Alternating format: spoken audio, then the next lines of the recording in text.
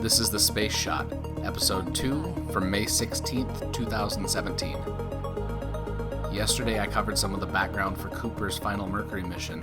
Today I'm covering exactly what he did while in orbit and what the results of his mission were. But before I go over the specifics of the mission, I want to briefly touch on how Cooper came up with the name for his capsule. In a Johnson Space Center oral history interview, Cooper recalled how he came up with the name Faith 7. Quote, "Well, being the last, it was getting harder and harder to pick a name because everybody had picked pretty good names before.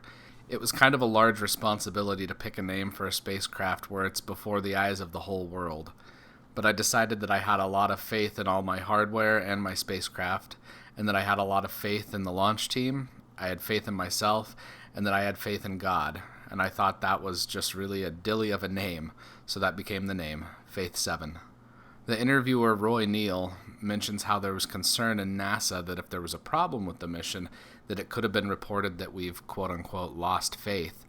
And late in the mission, the potential for actually losing faith almost became a reality. One of the first of 11 experiments that Cooper would carry out while aboard Faith 7 was a test of the astronaut's vision in space. He ejected a small sphere, just slightly smaller than a volleyball, that had a few strobe lights embedded into its surface. The purpose of this experiment was to see how astronauts could track other spacecraft while in orbit, and initially Cooper reported that he couldn't see the sphere, but a short time later he reported that he could see the sphere and that I was with the little rascal all night throughout his other orbits.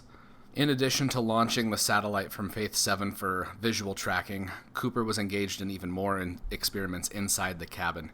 He was tasked with recording radiation levels throughout the duration of the flight.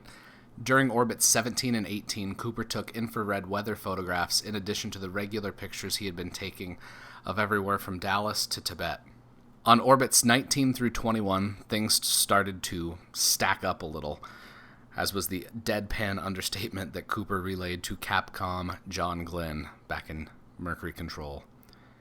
The automatic stabilization and control systems were both without power, so right at that moment that Cooper was supposed to be preparing to fire his retro rockets and re-enter Earth's atmosphere, he had to switch from automatic control to manual control. After going through his final checklist for re-entry, John Glenn gave Cooper a 10-second countdown while Cooper prepared to manually re-enter Earth's atmosphere. Too steep of an angle and he could burn up. Too shallow of an angle and he could skip off and never be able to re-enter Earth's atmosphere again. After a tense re-entry period that prevented radio communication with the capsule, Cooper and Faith 7 splashed down on target in the Pacific. Once he was aboard the ship that recovered him, doctors noted that he was dehydrated and had lost 7 pounds in his short mission.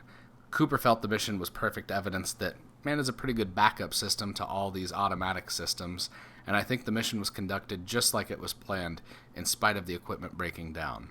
After this final Mercury flight, Gordon Cooper would go on to fly in one Gemini mission, Gemini 5, and it's Gemini, not Gemin-eye, for those of you who are listening.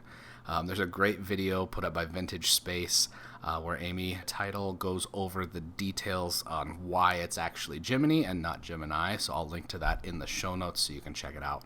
Cooper's status after he left NASA was tarnished throughout the years. He was involved in some aviation and investment schemes that ended up costing investors a lot of money. And now with the release of Cooper's Treasure on the Discovery Channel, many people in the space community are starting to refute the claims that form the foundation for that show. James Oberg with the Space Review has a series of articles that really debunk a lot of the claims that the Discovery show makes. I'll be linking to those articles in the show notes if you want to check them out. Tomorrow I'll be covering the SMS-1, or Synchronous Meteorological Satellite 1 mission, which was the first geostationary weather satellite. Thanks for checking out The Space Shot. It would be fantastic if you would leave a review for the show, share this video on Facebook, Insta, Twitter, whatever your social network of choice is. I definitely appreciate it. I'm John Molnix, and I'll catch you on the flip side.